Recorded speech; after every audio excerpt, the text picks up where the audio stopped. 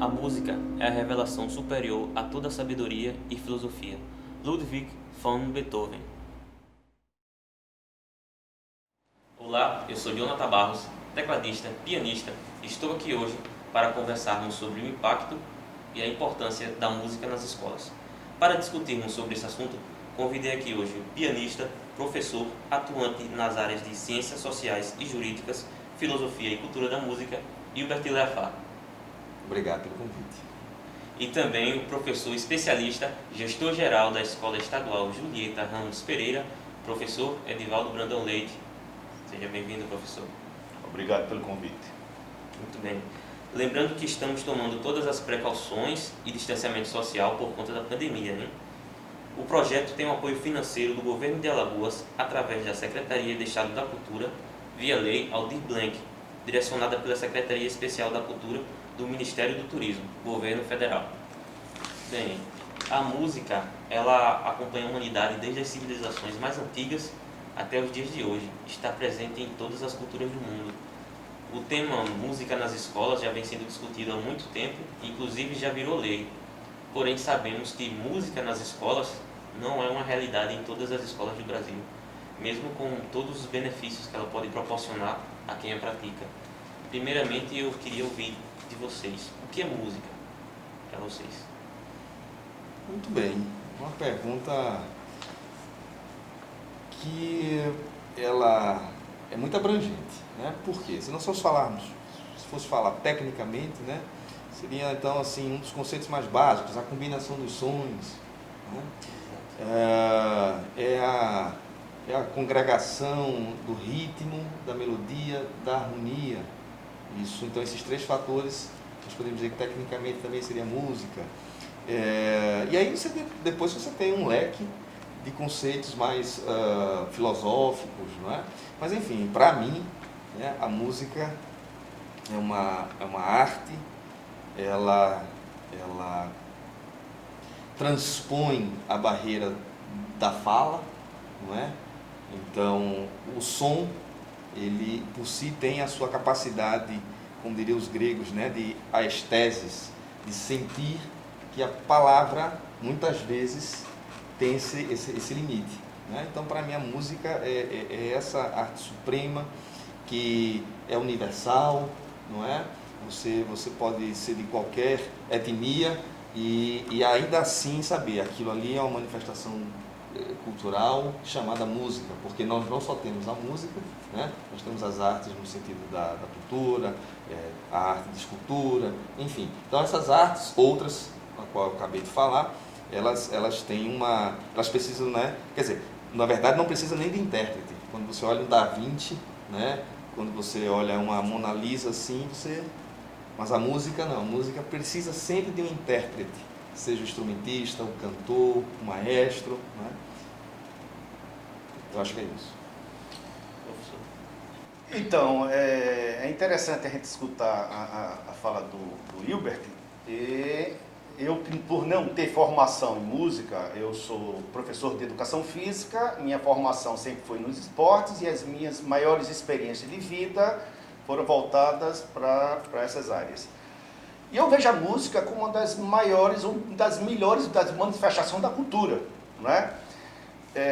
Como é bom a gente relembrar a música do tempo de criança, né? Aqueles sons, e depois a gente vai para a vida de jovem e os amores que a gente passou através dessas lembranças que a gente tem das desilusões, né? Então, termina para mim esse entendimento de música como uma coisa prazerosa, né? E que leva toda uma vida com a gente. Exatamente, em todos os momentos da vida a música está lá, se você prestar atenção, né? Sim, seja no nascer e naquele intervalo que nós temos, entre o nascer e o morrer, a música vai estar. Eu acho que não existe, quer dizer, pode até existir em termos de neurociência, estudo, né, a respeito de pessoas que não conseguem ouvir os sons, né, alguma patologia. Porém, eu acho que é mínimo, e o que eu quero dizer com isso é o seguinte, professor Adconvide, que não há como, ao acordar e no transcorrer do trabalho, enfim, do ensino, você não está ali inserido ou escutando uma linha melódica, uma buzina de um carro, não é? Um grito, uma chamada, enfim, quando você atende o telefone, aquela chamada do sender, ele tem uma melodia, né? Então, assim, a música está envolvida mesmo com todo mundo. Sendo um pouco direto, Pois. qual a importância da música nas escolas? Então, pela início de nossa fala, a gente vê, né, que lacuna as escolas, principalmente as escolas públicas, que é a minha área de atuação, está em relação a essa manifestação da música, né? A falta de profissionais dentro da escola, né, faz com que a gente abra esse espaço para aqueles profissionais de outras áreas que gostam, que tiveram suas vivências, né, terminem assumindo esse papel.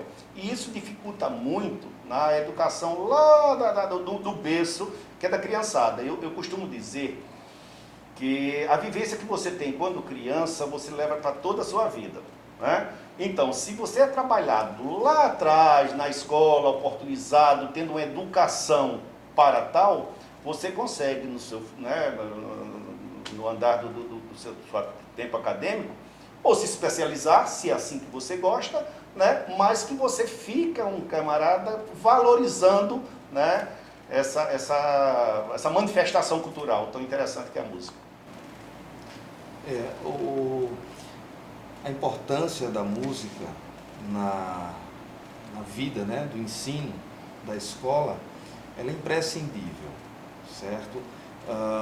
Os efeitos, as reações de uma criança, né, ou seja, no seu desenvolvimento psico, neurológico, biológico, social e tudo mais, que vai acompanhando esse ser humano mais no sentido holístico, a música ela tem um impacto, inclusive, né, neurológico. Há uma pesquisadora na Universidade do Canadá, salvo engano, em Vancouver, que ela trabalha exatamente com a percepção a massa cinzenta, não é? De um profissional. Essa, pelo menos, é a tira teórica dela, que trabalha com arte, e nesse quesito, música tem uma porcentagem a mais de massa cinzenta. É um estudo interessante, salvo engano, acho que é o pós-doc dela. Mas veja, só para você ter ideia do impacto físico daquele indivíduo que está num ambiente social, que tem o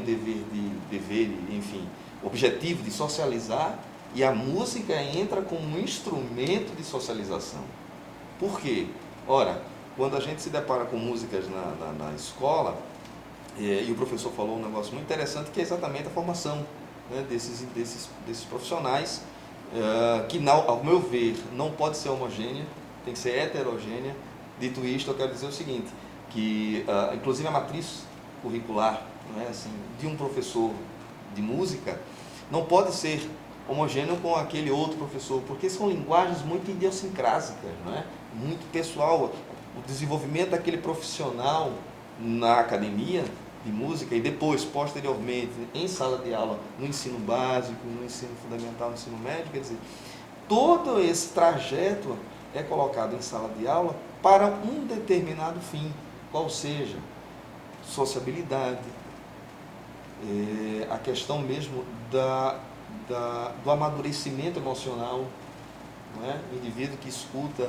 Eu não estou falando apenas então somente da Europa, né, do eurocentrismo, da música europeia, mas músicas de matriz africana, o ritmo africano, músicas tipicamente assim que o Brasil fez nascer, não é, como samba.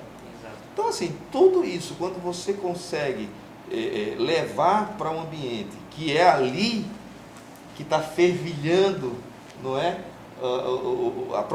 Para proporcionar isso para os alunos, quer dizer, a importância da música é fundamental, não se pode negociar isso, sabe? O efeito é positivo. Eu vou dar um exemplo, não vou me alongar. Quando eu estava na Europa, um músico estava na praça, ia ter um show mesmo, né? Então as pessoas estavam chegando, e ele começou a cantar uma melodia, todo mundo conhece, que é Ave Maria. E aí, cara, as pessoas que estavam lá estavam cantando afinadamente. E aquilo me surpreendeu. E aí você não pode dizer, é intuitivo. Também. Mas quando você olha para a relação histórica, tem ensino de música nas escolas. Então o indivíduo ele consegue saber que existe um dó, ré, mi, fá, sol, lá, si. Ele consegue afinar a sua audição, fica mais criterioso para escutar certas coisas que a gente pode dizer que seja música, outros dizem que é ruído.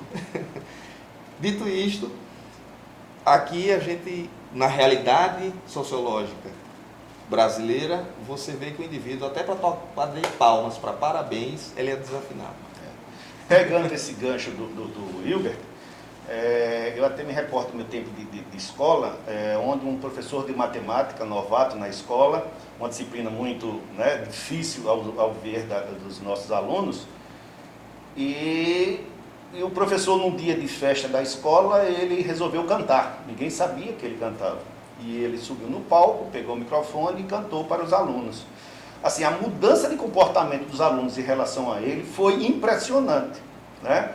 A partir deste dia, daquele que ele pôde cantar, né, tocou violão, ele conseguiu uma sociabilidade muito grande em relação aos seus alunos. Repara como é interessante essa vivência de música dentro da escola. Com certeza. Do ponto de vista de vocês, qual a maior dificuldade ou quais as maiores dificuldades para a inclusão da música nas escolas? Inicialmente, a falta do profissional, né? Assim, tem que ter um profissional com formação e habilidades para que possa se trabalhar na escola. Na realidade, hoje, do nosso estado, nós não temos esse profissional.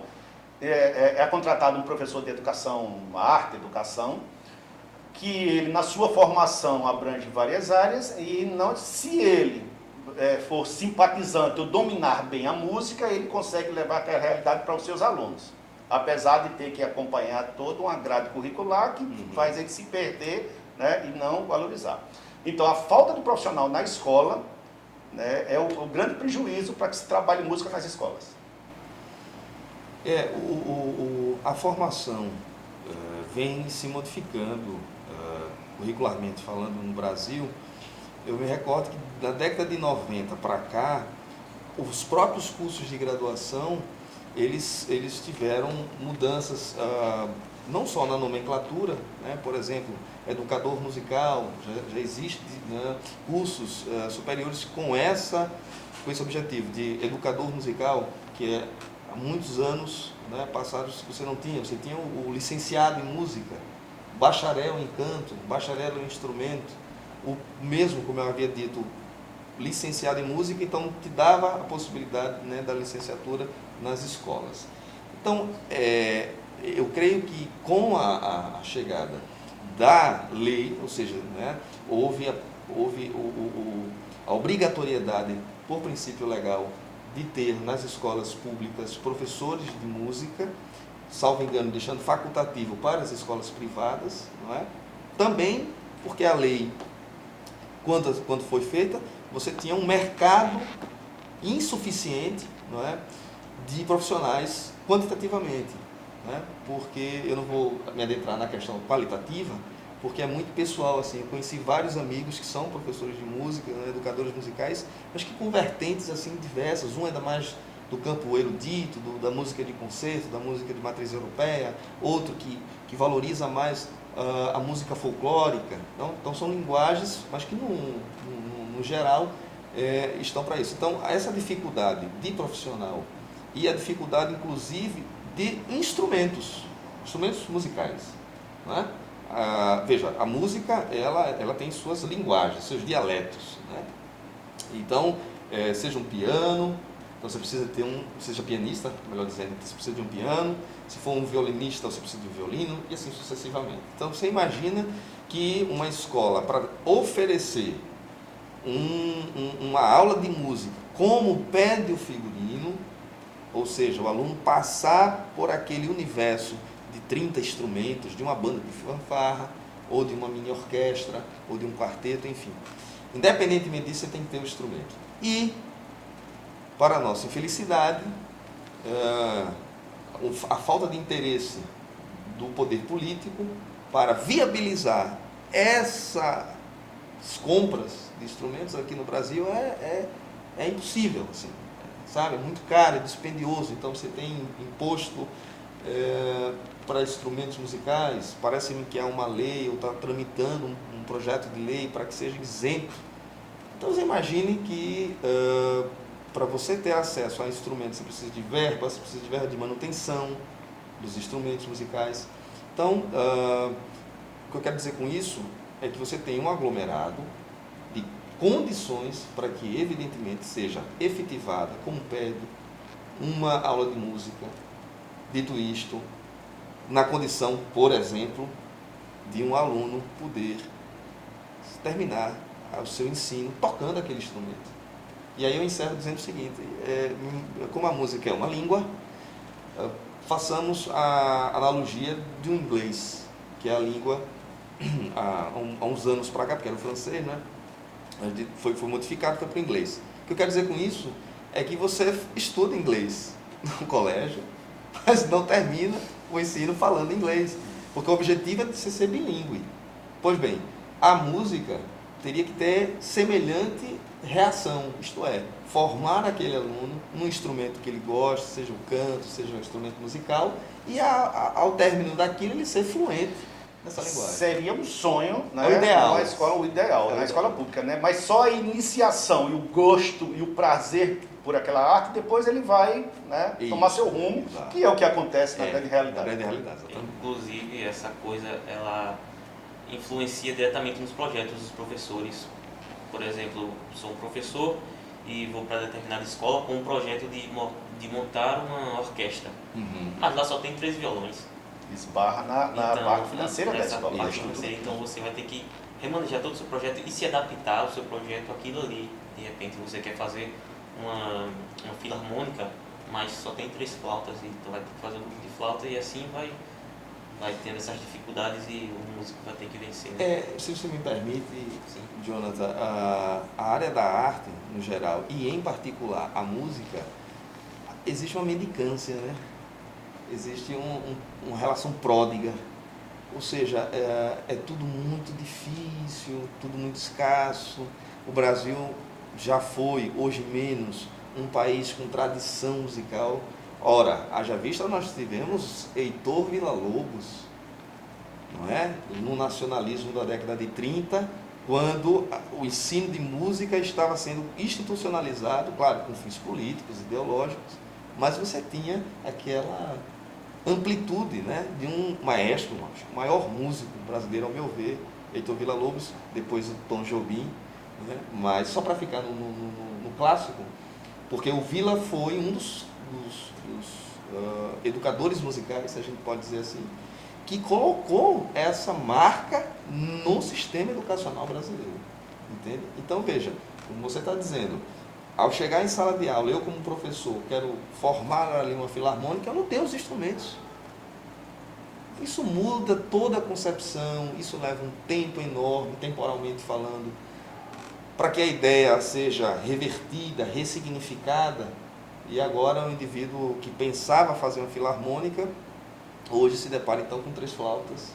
E então, você vê, já se esbarra aí, existe esse esbarro.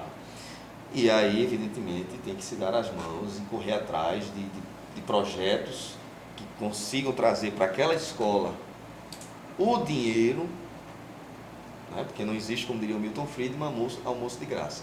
Então, isso tem custos, etc. e tal. Então, uma escola, eu vejo a dificuldade nessa perspectiva. E nos obriga a receber o projeto pronto, ou trazer o produto pronto para dentro da escola. E muitas vezes de péssima qualidade. Isso. Né? E isso é preocupante. A gente sabe que poderia produzir na própria escola, com os nossos próprios alunos, né? E não ter condições, por tudo que foi falado, nos obriga a trazer, e a gente sabe que não é por aí, a gente fica...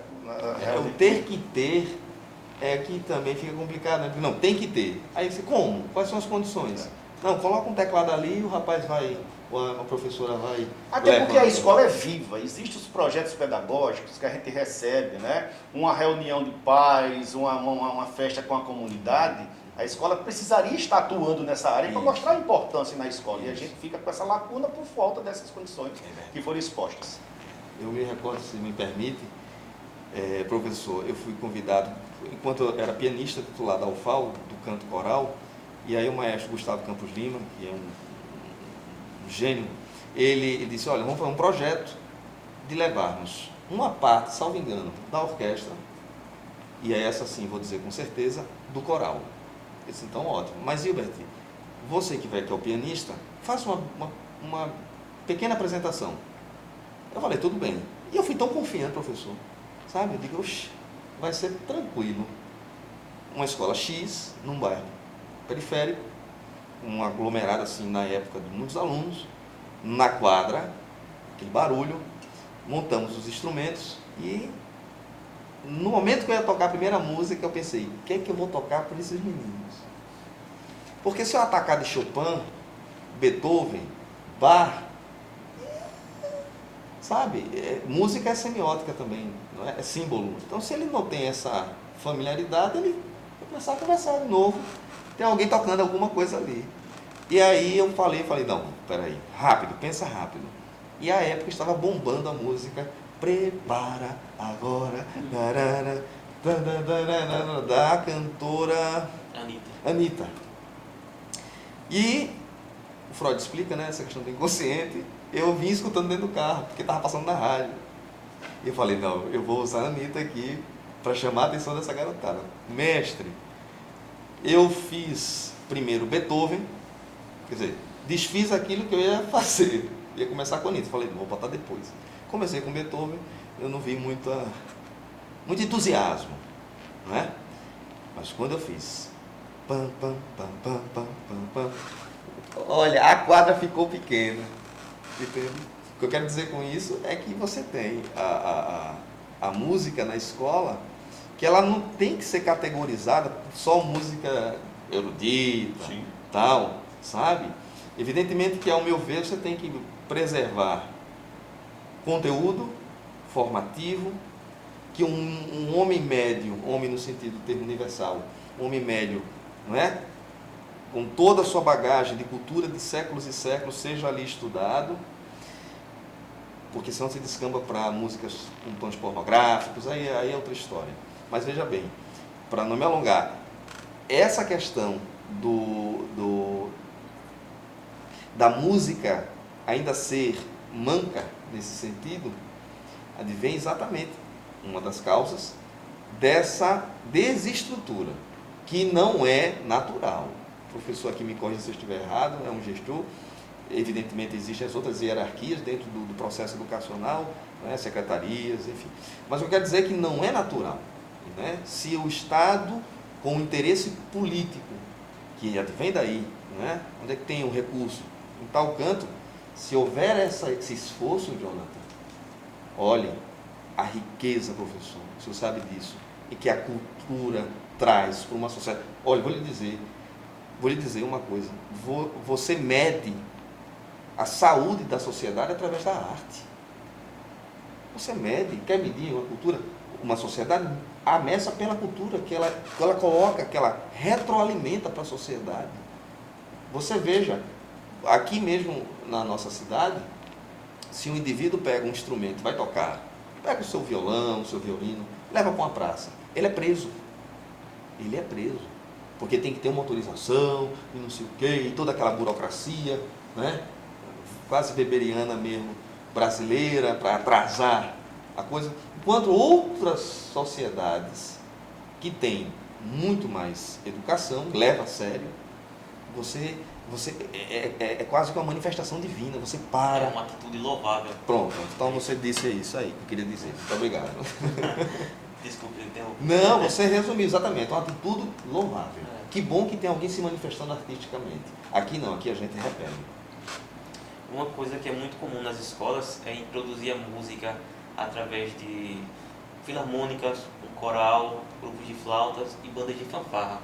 O que é muito bom, pois logo de cara os alunos já desenvolvem alguns aspectos sociais, como trabalho em grupo, a questão da timidez, coordenação motora, uma série de fatores.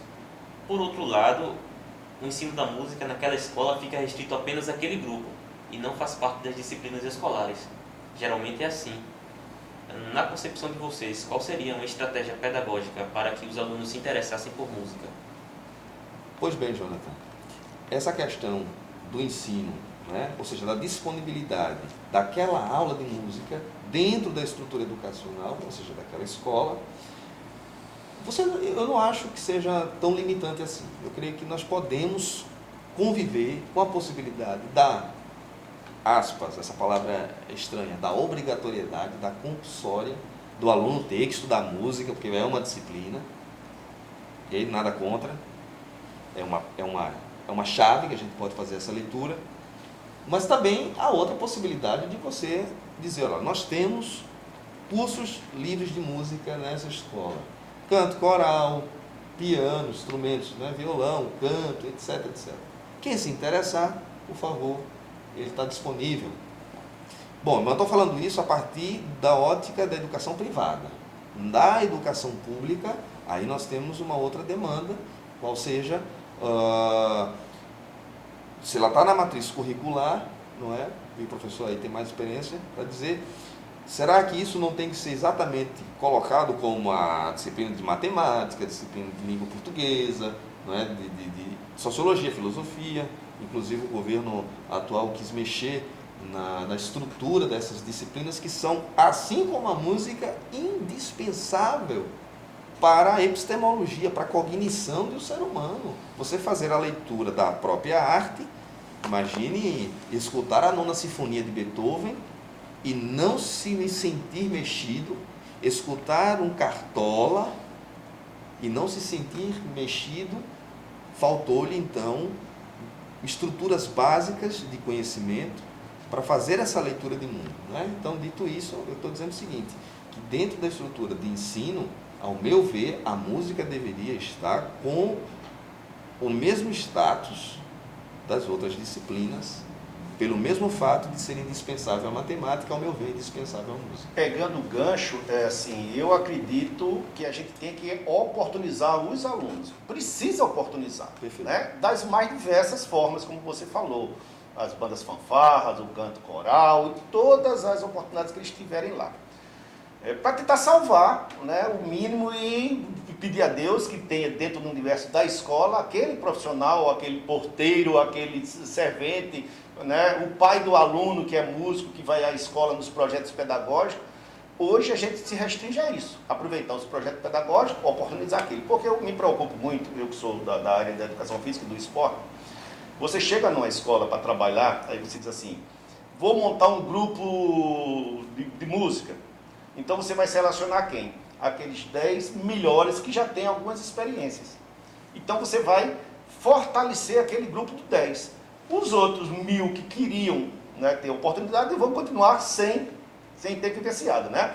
Eu sou da época que aprendi a tocar percussão lá no tempo da escola pública, que eu sempre fui da escola pública, tocando tarol na banda, né? Nos carnavais de rua que a gente participava, fazendo aquelas batucadas, que hoje em dia quase não se tem mais, porque os sonhos mecanizados ficaram. Então, eu sempre digo, oportunizar dentro da escola as mais diversas formas de manifestação, para que, é a realidade atual, para que eles possam dar continuidade lá fora.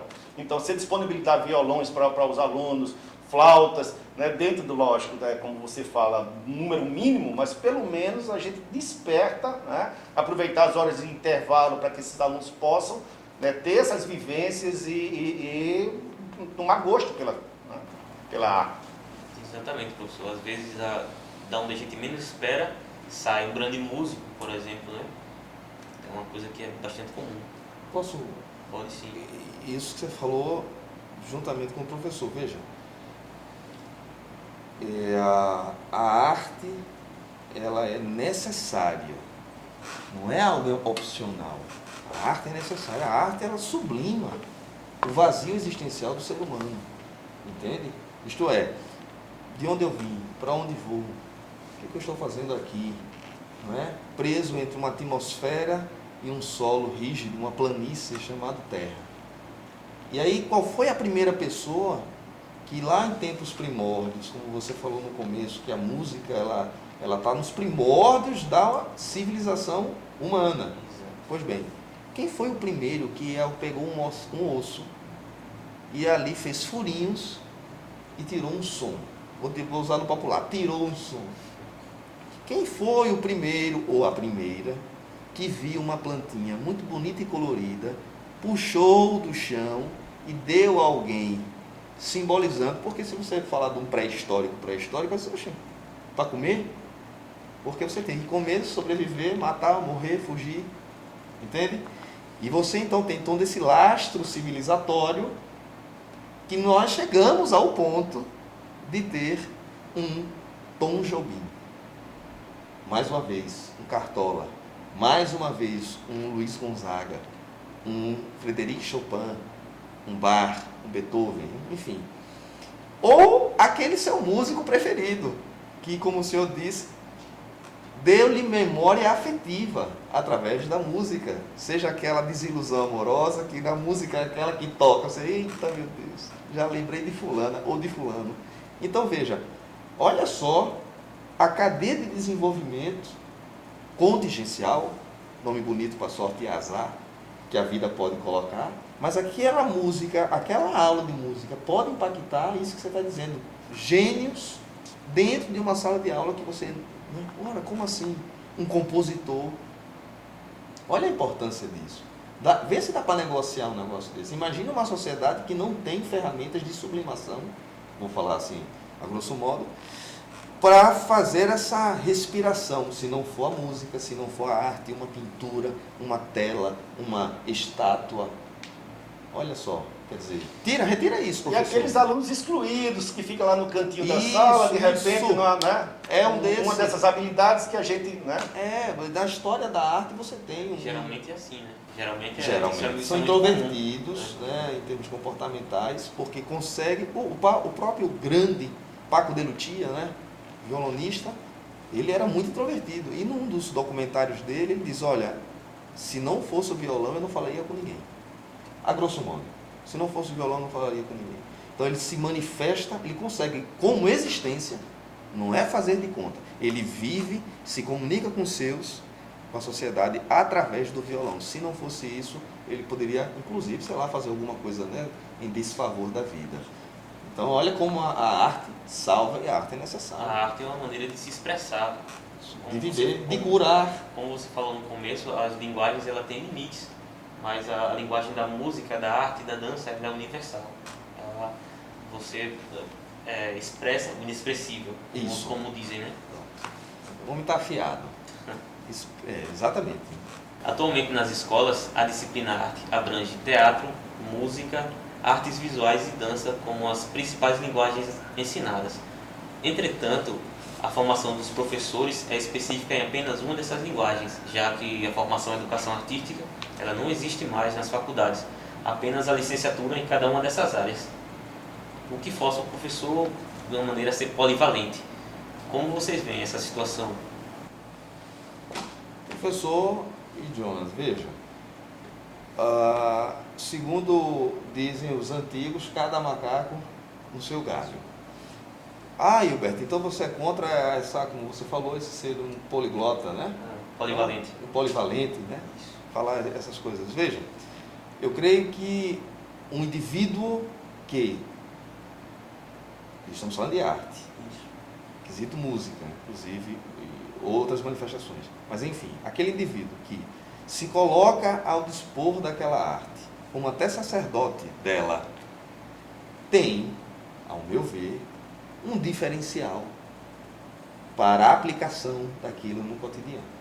Ou seja, eu não sou das artes plásticas, eu gosto.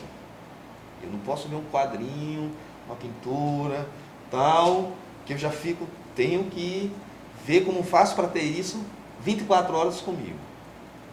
Pois bem, não me dá know-how, não me dá expertise para, num convite, sendo professor de escola pública, se assim eu fosse, dizer, não, eu me habilito porque não tem professor, eu acho que não vou atender às demandas, às expectativas. Ou seja, eu creio que seja muito importante que haja professores, estamos falando de arte, não podemos esquecer que a questão universitária faz pouco tempo.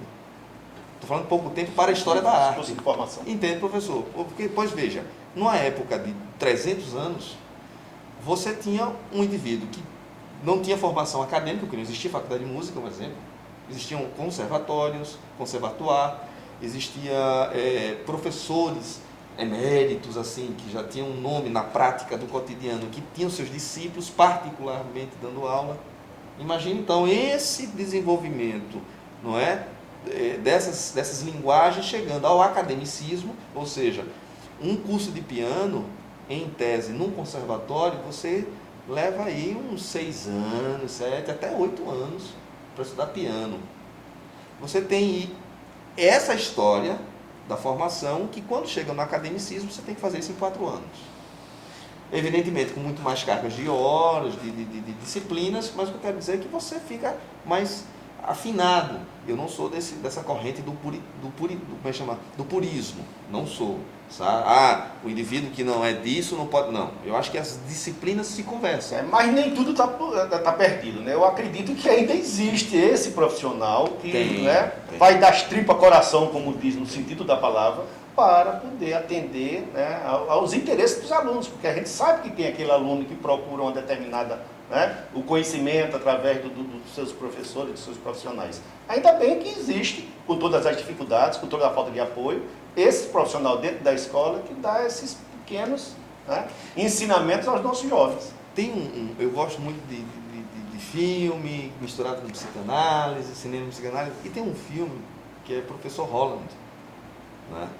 Que acontece nas escolas, na high school nos Estados Unidos, e a luta desse professor diante de um contexto pré-definido, ou seja, com tudo que a gente sonha para dar aula de música, uma pequena orquestra, instrumentos de piano, de cauda, xilofone, a bateria, a tímpano, a instrumentos de som, enfim, muito bem, obrigado, servido.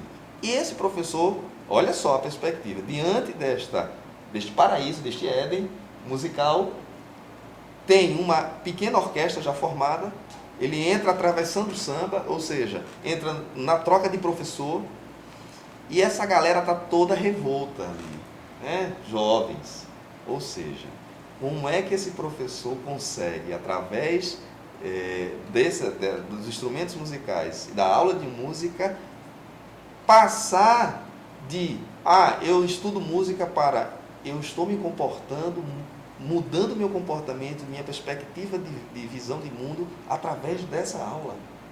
Então é isso que acontece, é o aluno que ele é tomado, ele é tocado por aquela aula, de um professor que é músico, de um professor que é das artes plásticas. Imagine então pedir para Picasso tocar um prelúdio de Bach.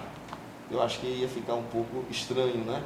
Então veja, um homem que é do risco, o outro que é do risco, mas é do risco de notas, né? Que está num pentagrama. Isso, quando é possível de um professor conseguir ter essa erudição, haja vista que há muitos anos você tinha um curso de graduação de educação artística, eu ainda peguei esse tempo no SESMAC, no Centro Universitário SESMAC, né? Pois bem, você tinha um curso desse que formava ali, de forma assim, não é, planificada, um profissional que tinha essas habilidades, com desenho, com música, com escultura e tudo mais. Depois, então, isso muda, o curso, salvo engano, sai das matrizes curriculares, então aí começa exatamente o curso de bacharelado em dança, o curso de licenciatura ou bacharelado em música, de artes plásticas, as academias de cultura, não é? Aqui mesmo nós tínhamos em Maceió, as belas artes. Lembra, professor? Então, as escolas de belas artes, olha que coisa linda, as escolas de belas artes. Então, ali você tinha música, pintura, dança, escultura, vou esquecer algumas outras, mas enfim, olha só.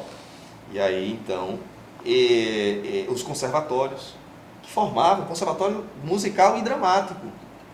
Imagina, então, você tinha uma formação ali polissêmica, não é? Polivalente, como você falou. Então, imagine, então, hoje, as positividades, como o professor disse, assim, apesar dos pesares, nós temos guerreiros e guerreiras fazendo A educação está caminhando para as escolas de tempo integral, até a nível de estado. Com esse tempo integral, onde esse aluno vai ficar mais tempo dentro da escola, de repente vai se abrir espaço para esses profissionais voltarem para a escola. Eu não sei ainda como é que está, né, tramitando esse processo, mas a gente sonha para que o aluno tenha esse tempo maior de convivência dentro da escola e que possa, através das artes, né, ter esse mínimo de formação necessária. Seria maravilhoso. Podem ficar à vontade para fazer perguntas no outro, caso tenham alguma curiosidade. A minha curiosidade, professor, é a seguinte. Quando, imagine então, hipoteticamente, né, e aí me responda como quiser. Digamos que aqueles alunos lá queiram formar um coral, uma orquestra, assim, olha, tem material humano, vou chamar de material humano. E como gestor você olha e diz assim, eu não tenho estrutura. O Estado, hipoteticamente, o Estado não me dá recursos para que eu faça isso. O sentimento é de esperança ou impotência? Impotência. Eu vivencio muito isso no dia a dia da minha realidade atual, que é a minha escola, né?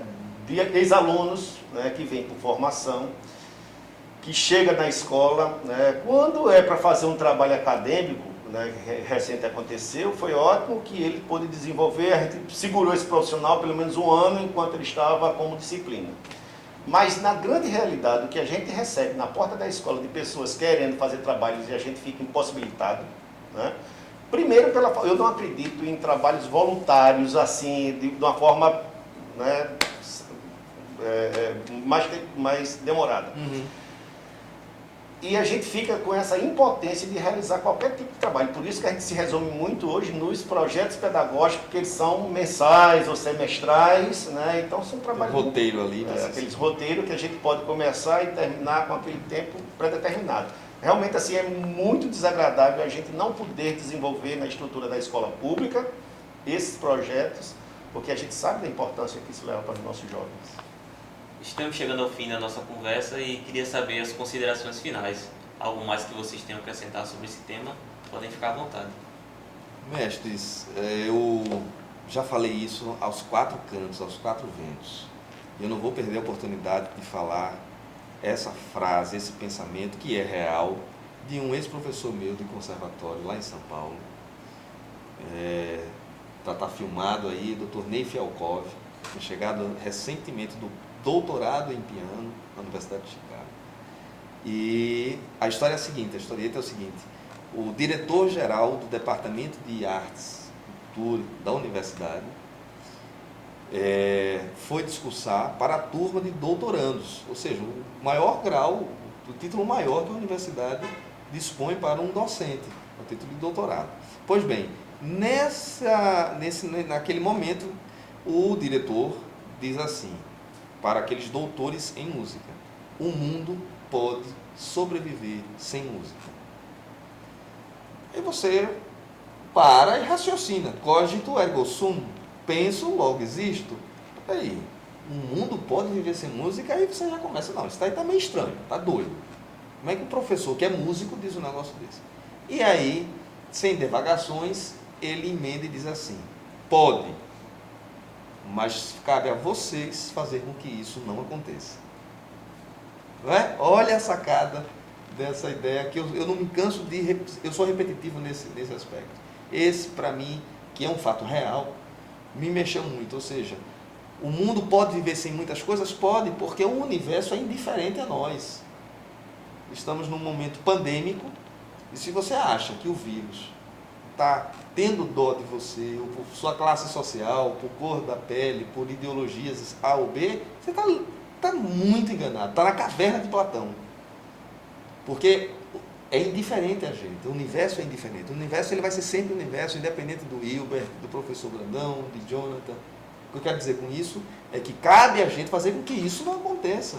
Preservar a natureza, não é? Menos cimento, mais madeira, mais artes, de todas as linguagens possíveis, tá?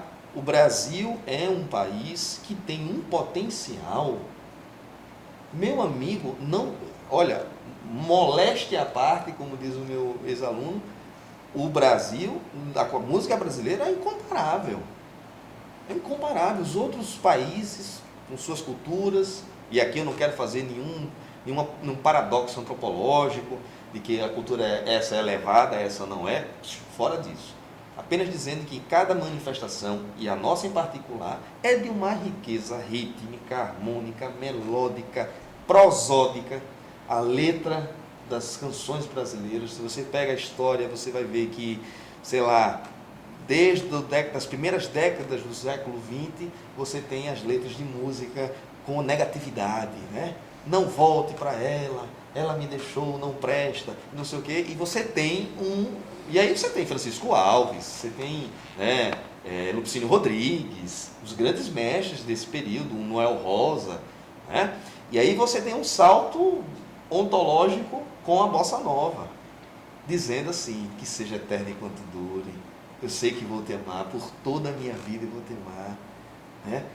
Venha, vem sem pressa, vem sem medo, chega mais meu coração, vem ouvir esse segredo. Quer dizer, você tem um tipo de música que é uma música positiva, uma música viva, como o senhor disse. Então, a importância da música, que é o nosso tema, e aí eu fico um pouco numa sinuca de bico, porque estou falando de uma coisa que eu vivo, mas eu posso até dizer que se eu não vivesse também da música, eu iria defendê-la, porque é um bem inquestionável.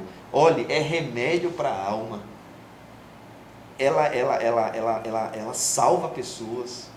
No último concerto que eu fiz em Salvador, em Feira de Santana, um senhor de 90 anos por aí, então ele saiu de casa porque ouviu categoricamente que teria Chopin, principalmente o noturno, Opus 9 número 2, que ele ama, desde criança ele escutava. Pois ele foi. E ao terminar a execução e o concerto, ele subiu ao palco, me abraçou e chorou. Meu amigo, um senhor com uma história de 90 anos, que disse, saiu de casa, estava um pouco doente, mas fez esforço para escutar uma música que ele escutava desde criança, que é Chopin, a música que ele gostava. Então imagina a importância disso, então eu faço essa ressalva. Eu sou um sonhador, né? Com todas as dificuldades, contudo, assim, na minha vida, eu vim da escola pública nos primeiros anos, né? O gosto que eu tive pela cultura, apesar de eu não ter estudado, né? Aliás, hoje foi um dia de aula, né? Que bom que tenha pensadores, estudiosos como o Wilber, para sensibilizar, tentar o mínimo que possa sensibilizar as pessoas da importância dessas atividades dentro da escola. Eu sou um sonhador, eu acredito que o mínimo que seja dado é importante. Eu acredito que eu não, até hoje, se eu passo em qualquer manifestação da cultura que tenha na rua, eu tenho o prazer de parar e assistir, porque eu sei que foi lá na escola, né, nos meus primeiros passos, que eu tomei gosto, que eu participava, e isso e é isso que eu penso na escola atual, né, na escola pública atual. É que a gente possa oportunizar das mais diversas diferenças para que a gente possa ter um prosseguimento de vida mais feliz, mais gostoso, né? mais harmonioso. Se todo gestor fosse assim, nós teríamos outra realidade. Mas Bravo. tomo a liberdade de dizer que a Escola Julieta, estudei lá também, ela tem essa sorte de ter gestores assim como o professor Edivaldo. Na época que eu estudei, a gente tinha a professora Ângela, que ela também, até hoje, ela move montanhas para ajudar qualquer pessoa, e na época que ela era gestora, ela era muito parecida, a gestão dela era muito parecida com o professor Edivaldo, pois ela apoiava muito a cultura, ela introduziu na escola Guerreiro, ajudava grupos de esporte também, botou a banda de fanfarra, exatamente o que o professor está fazendo. Qualquer projeto que chegue e o professor pode ajudar, ele não mede esforços e continua fazendo isso aí. Professor, muito obrigado. Professores, muito obrigado. Chegamos ao fim da nossa conversa e só para relembrar, o projeto tem um apoio financeiro do Governo de Alagoas através da Secretaria de Estado da Cultura via Lei Aldir Blanc, direcionada pela Secretaria Especial da Cultura do Ministério do Turismo, Governo Federal. Música é vida interior e quem tem vida interior jamais padecerá de solidão. Arthur da Tábua. Obrigado.